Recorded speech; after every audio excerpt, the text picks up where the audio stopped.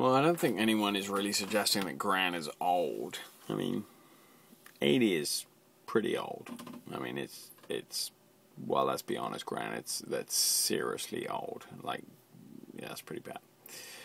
And I wasn't really sure how old, so I decided to look up a few things. So here's pretty much 1931 you were born in, and I was just kind of batting around things that happened in 1931, and so here's what I kind of came up with. Over here in the States, the Empire State Building was still being built.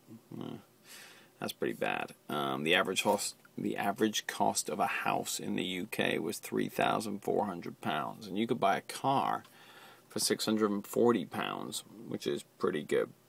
The electric razor was invented in 1931, as was nylon, and the aerosol can. Thanks for that, by the way. I know your great-great-grandkids are really going to thank you for that, for destroying the environment. Cheers, Gran. Aunt Sally, you might be interested to know that Spain became a republic in 1931, and so that's a bit of world news there. Maybe speaking of world news, there was, let's see, who was in power in 1931? Stalin, good one. Herbert Hoover over here was the president. Stanley Baldwin was the prime minister of Great Britain, and then Mussolini was in Italy. So that was cool. There was a guy, a little known artist in Vienna. What was his name? No, it wasn't Picasso. It was the other guy. Oh, Hitler. Yeah, nobody had heard of him yet. Yeah, that's how old you are. Yeah. Winston Churchill. He was still thin. You share a birthday with James Earl Jones, Spock, Anne Bancroft, James Dean, Mikhail Gorbachev, and William Shatner. The M6, the motorway, England's first motorway, was still 27 years away from being built. Yeah. A little-known competition called the World Cup.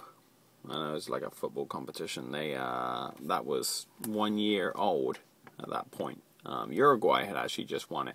But if you go back and check the leagues, and Phil, you might be interested in this, Manchester United was still above Liverpool in the standings. Or we weren't called Manchester United back then, but it was still above Liverpool. Cricket was still boring. And one of the last things I found was that Twickenham, the rugby place, can hold 14,000 spectators. Back then, the East Stand was just built the year before, and the West Stand wouldn't actually be built until 1933. So, yeah, there's a couple of you're pretty old, Gran.